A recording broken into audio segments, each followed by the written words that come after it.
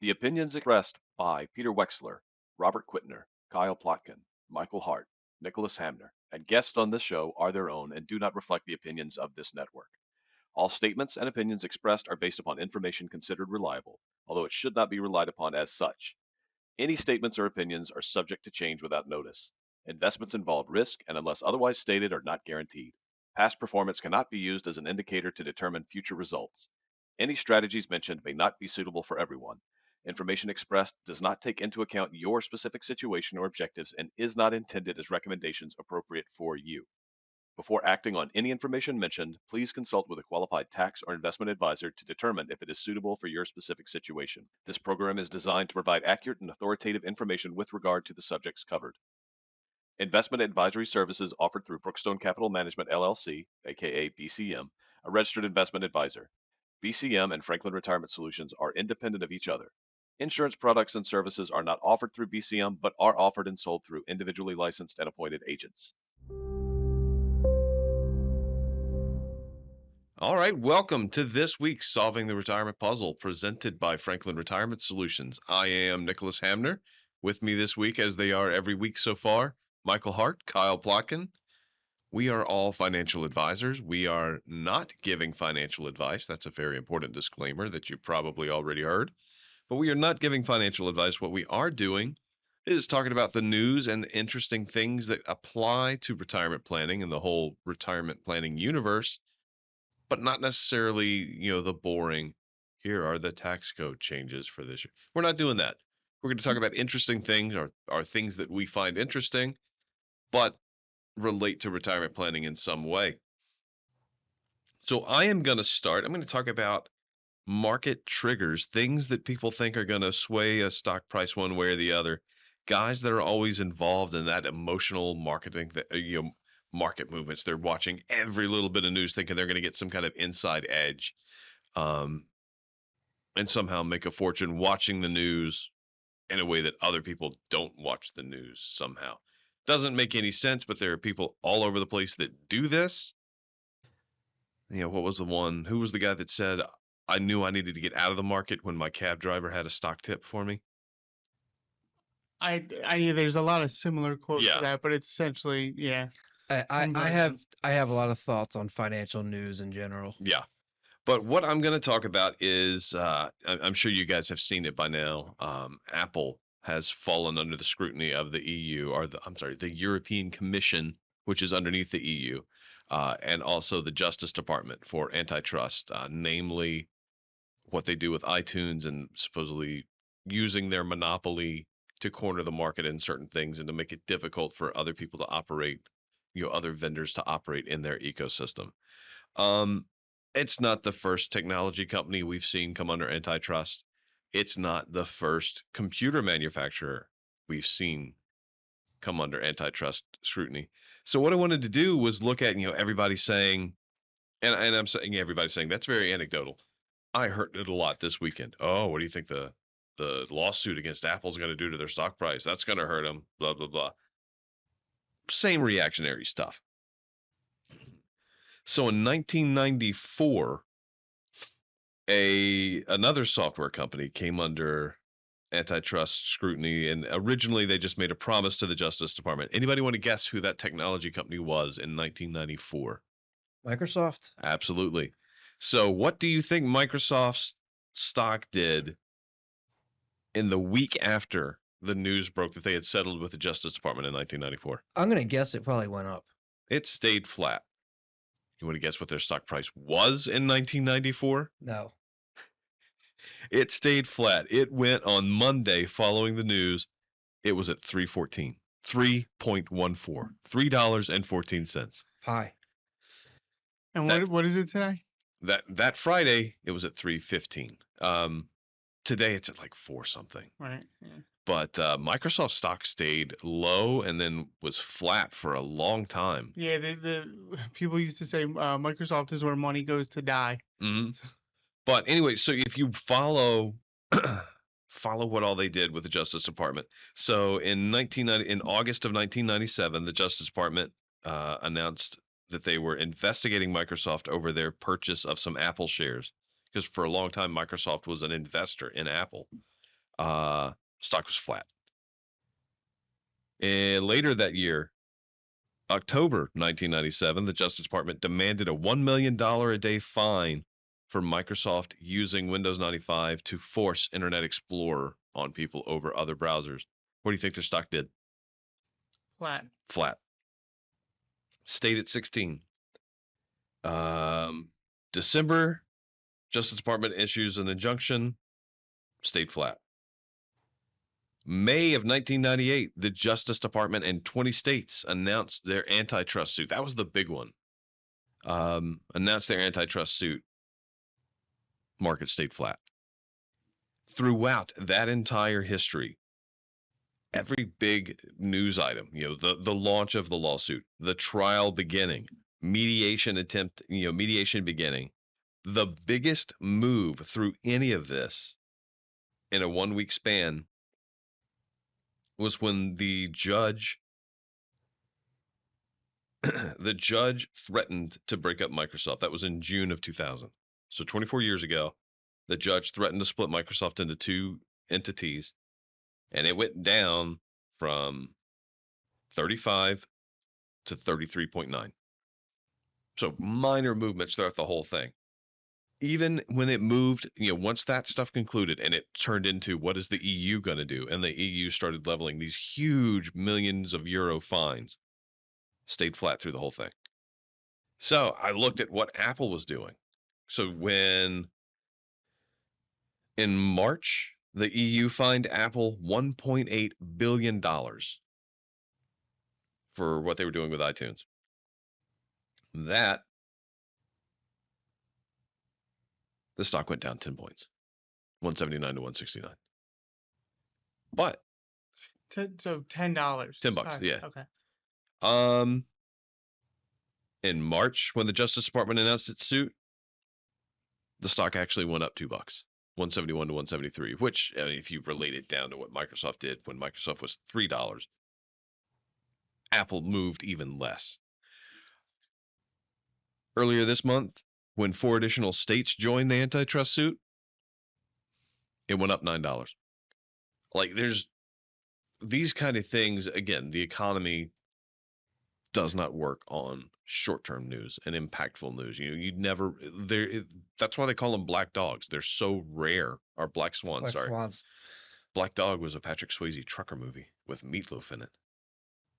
Wasn't that also something with Led Zeppelin? Yeah, probably. Yeah. But no, that I think in the movie, the black dog was when you got so sleep deprived on the road, you thought you would see a black dog on the road and you would swerve to miss it, and you would end up crashing because you were so tired.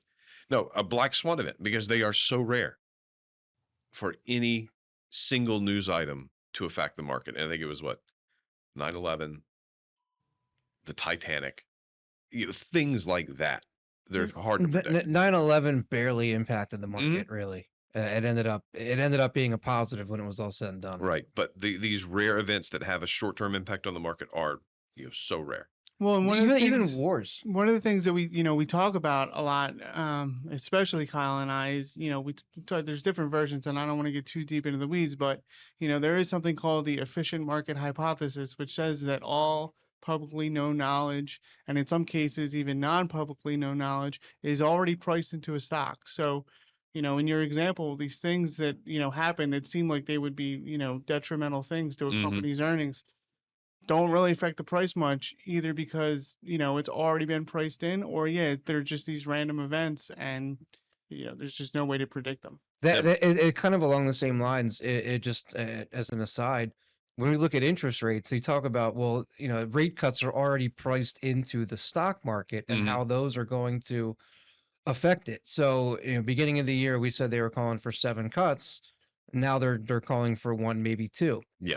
So all of that information, it really didn't drive the market at all, because they say that that's already all priced in, because it's such a huge amount of shares and people that own these shares, and a lot of it's institutional investors or banks or whoever that owns all this stuff. So, the emotions of Nick Hamner, sitting there owning 10 shares of Microsoft, even if you decide to sell them, or even if a lot of people decide to sell them, it doesn't have that much of an impact because the institutional investors that own something like 70% of the shares are doing nothing. Right. And then you have, what was it? Remember when the Twitter rumors would affect the stock for like a day? Mhm. The rumors of somebody dying, and you see the stock fluctuate, and then the next day it's right back. Mhm. So you can't follow your emotions. It does not pay to be an emotional investor. Usually not. No. Usually not. I mean, that's when you see people like Jim Cramer, screaming and yelling on TV. Well, he's not emotional at all. Never, of course not. But he gets on there and he screams and he yells that the sky is falling or buy this, buy that, or whatever.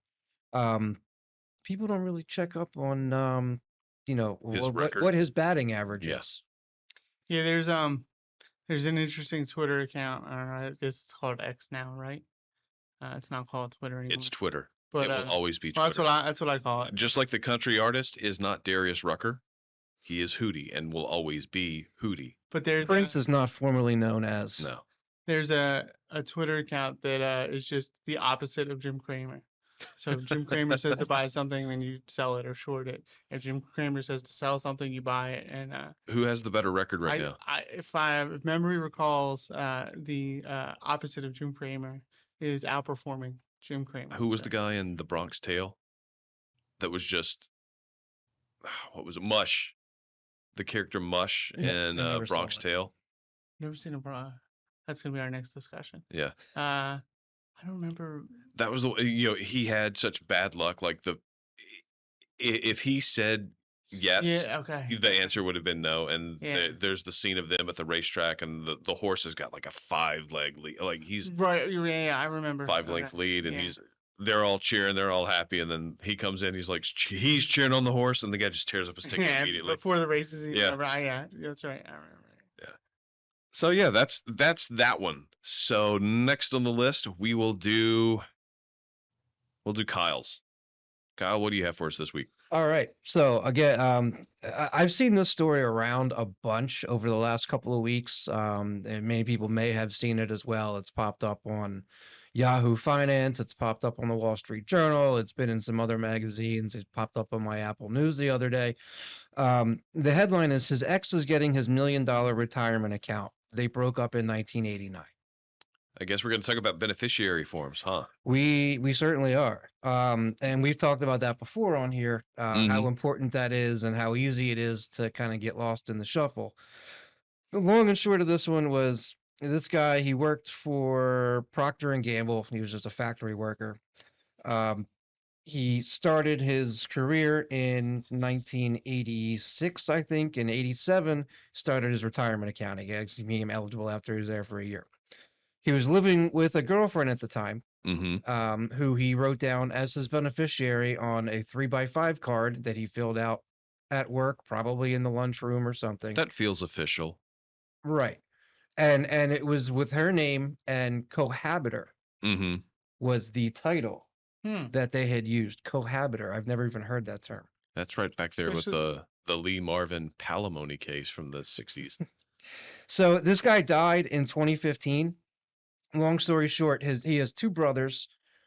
They immediately hired an attorney to work out his estate and all that stuff. Guy had that. He had a house, collection of used BMWs, and 2 cats, which are apparently relevant enough to make. And he was a factory worker for Procter & Gamble with $1 million retirement account, multiple BMWs. Well, he was a factory worker for Procter & Gamble 35 years ago. Okay. I don't know what he's done since. Well, well, if this happened in 2015. He died in 2015. Right. The money is still sitting there in escrow because they can't figure out where it's going. There are some laws in place for if there's a surviving spouse. Some states will allow that surviving spouse to take that money because that's probably who should be getting it. In this case, the guy wasn't married. The ex-girlfriend from 30 years ago, who moved out 2 years after he wrote cohabiter on that form. We're being generous calling that a form. Yes, on a 3x5 card. Yeah. That's one step above cocktail napkin contracts that get college football teams in trouble. Yes, yeah, if you're lucky. Yeah. And so she's since been married, 2 kids, got her own thing going on. Obviously, that money's not really supposed to go to her. Except that the courts are saying that that money is supposed to go to her. I mean, the contract is there. Yes. Apparently, what they're saying is that when I don't know who the original custodian on that account was. In all 401ks, there's a third party that holds it, whether it's a bank or it's a Vanguard or whoever. And they had changed a couple of times, and every time they did, there's a disclaimer that pops up on the website of the new company that says check your beneficiary forms. Well, he never checked his beneficiary forms. Now, 9 years after his death, there's over $1 million now. I think it's closer to $1.5 million. They still don't know where it's going. It's still sitting there in escrow. It was worth $750,000 when he died. It's worth like closer to $1.2 million now. So I'm assuming, based on the mere existence of the article, that the ex-girlfriend is claiming that she wants the money. She's not willing to forego it and give it to. No, the ex-girlfriend doesn't want the money Oh, okay. necessarily. The brothers do, but the courts are saying that it's going to go to her regardless, which she could always gift it out to them, I guess, if she had to, but then there's all kinds of tax consequences that come along with that. This sounds like this was one of the brothers reached out to get this article rolling. Yeah. This isn't your usual hit piece that they put together to show how blatantly bad one side is and how dumb one idea is. This is, I think the brothers put this article out. Still, I mean, wouldn't you if you were in that scenario? I mean, there's and it just goes to show, we meet people all the time who say like, "Oh, I handle all my own retirement stuff. I don't need an advisor." One meeting with an advisor, one review of your accounts could have cleaned up this whole mess. And if your advisor's reviewing beneficiary forms, which they may not always do. But let's just stop for a second and appreciate the fact that this man was not married. Because had he been married and his wife found out she's missed out on $1.15 million because his ex-girlfriend is on that form, she would raise him back from the dead to kill him. Well, I was just going to say, if she had found out while he was still alive, he'd be dead. So, yeah. He was never married, by the way. He did have another girlfriend, long-term girlfriend. Yeah. They had broken up before he died. So she was out of the picture. Again, the brothers are like, okay, well, we should get this money because yada, yada. And obviously 9 years later, nobody has the money because it's still sitting in an escrow account because the courts can't figure out what they want to do with it. So moral of this story is pay attention. And if you can't check your beneficiary forms yourself and you don't know where all of them are, and chances are you don't, work with a professional who is keeping you on task for these things. Work with a professional who is looking for you to do these things. And will remind you, 3 years is usually the magic number. You want to review every document you have, every account you have. Well, you wouldn't be following your accounts very closely, but you want to review every document you have, every beneficiary form, at least every 3 years.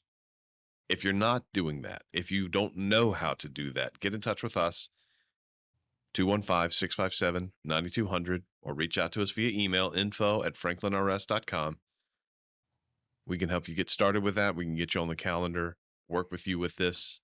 It's something you have to do, or else you're going to end up in a situation where there's 1.2 million of your hard-earned money going to no one, and that's not what anybody wants. So with that, we'll transition to Mike, and you are staying on the relationship bent as well, right? Yeah, I'm going to keep with that theme, and I came across an article, and it basically talks about, there's different ways that couples handle money. So, I think everybody at this table is married, so we kind of are, familiar with how it works. Typically, you typically fall into one of two camps. Either you take, both your incomes if you and your wife are working, and you lump it all together, and now you have this pot of money, and out of that money comes all your expenses. Or you break it up individually, and it's, I make X and I'm going to pay these bills, and you make Y and you're going to pay these bills. And what this study looked at is, it doesn't necessarily matter so much whether you go one way or the other, but the main factor in whether or not you'll be financially successful as a couple is whether or not you actually do discuss, what's going on with your finances and what your goals are. Not so much, what you keep separate and what you keep together, So but so communication in a marriage is important, is what you're saying. apparently, I feel like my wife said something about that last week. I wasn't really listening. yeah, yeah, that's usually how it goes. But no, in that same vein, yes, you have to be able to talk about.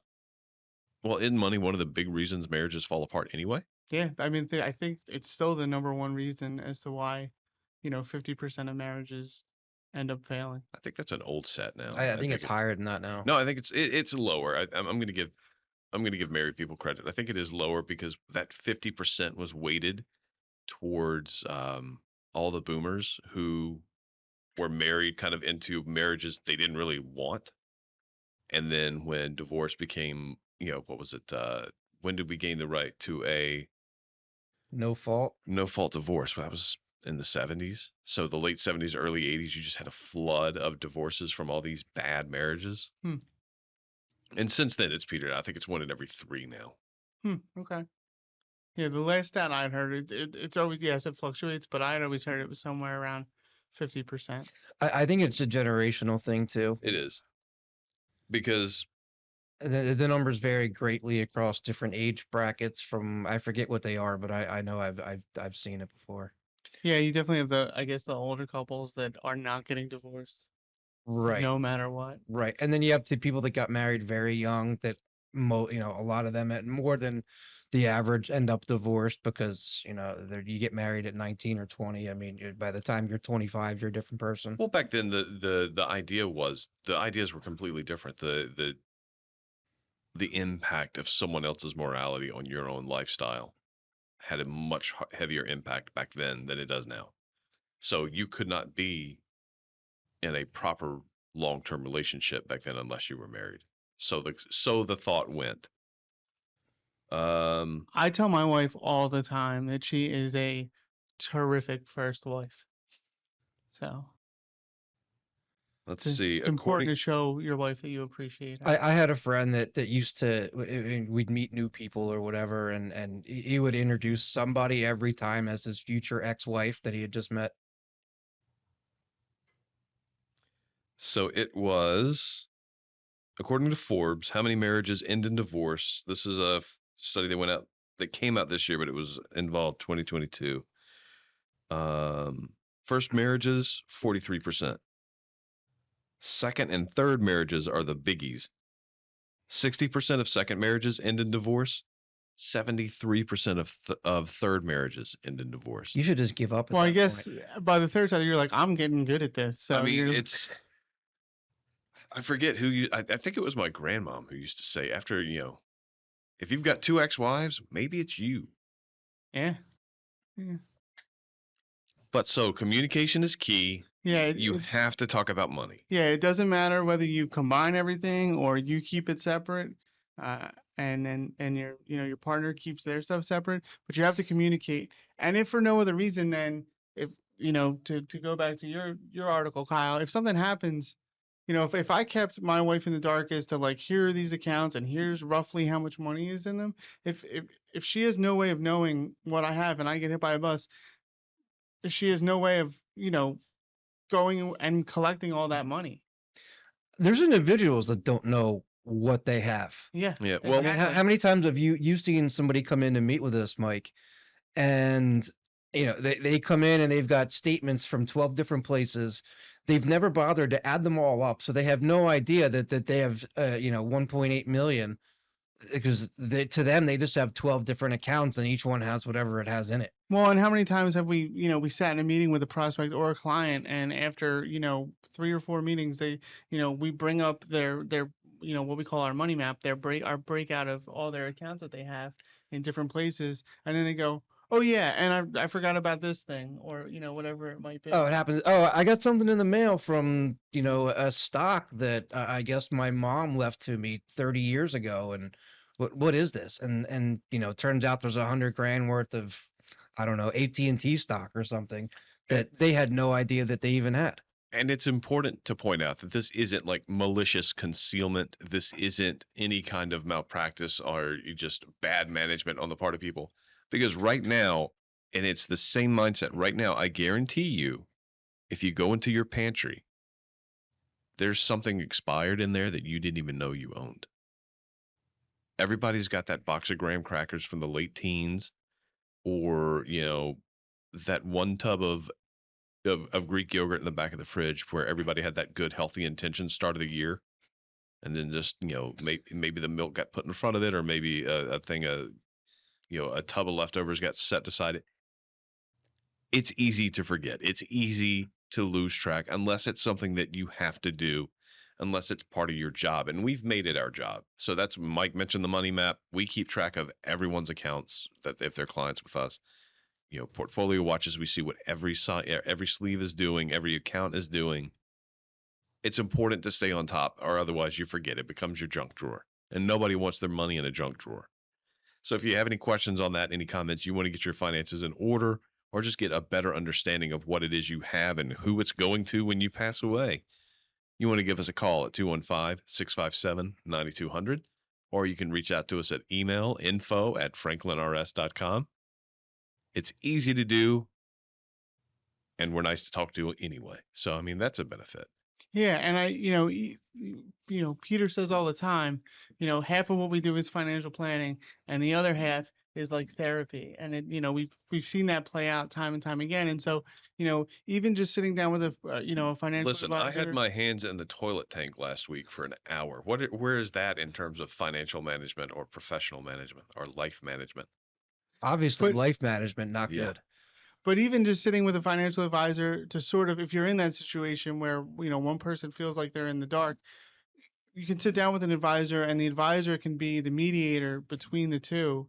And often there can be some common ground, found in those situations. And, it's one of the services that we provide, but, it doesn't fit into the traditional planning approach. And if you're worried about it, there's really not that many heavy items that can be thrown in the conference room. So mediations tend to go better when there's no weapons around.